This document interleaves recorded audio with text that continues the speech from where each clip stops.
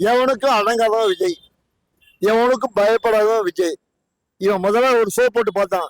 விஜய்கிட்ட சோப்புலாம் போட முடியாது ராஜா, ஆட்சிக்கு வந்துட்டா ஏதாவது பதவி கிடைக்கும், ஏதாவது பொறுப்பு கிடைக்கும்னு எதிர்பார்க்குறீங்க.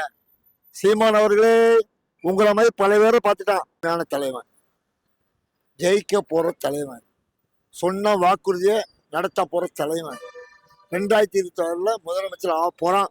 நாங்க முடிவு பண்ணிட்டோம்டா. எவன் நீங்க யாரா சொல்றது? நான் தான் சிறப்பு பேச்சாளர், நான் தான் தைரியமா சொல்லுவேன், கெத்தா சொல்லுவேன். உயிரை விட்டு என் உயிர் என்னால போனாலும் பரவாயில்லடா, என் தலைவனுக்கு நான் உயிரை கொடுக்குறேன்டா. அப்பா இல்ல பையனை பார்க்க மாட்டேனா, எனக்கு பாசம் இருக்காதாடா?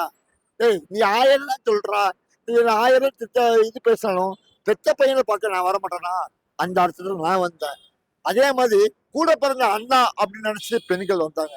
எலெக்ஷன் முடிஞ்ச பிறகு பாத்தீங்கன்னா பிஜேபியும் விஜயும் கூட்டணி வைக்கிறது உறுதி. எப்போ? எலெக்ஷன் முடிஞ்ச பிறகு. நீ பெருசா நான் பெருசா, ஏடிமிக்க பெருசா, ஏடிமிக்கையும் கூட வந்துடும்.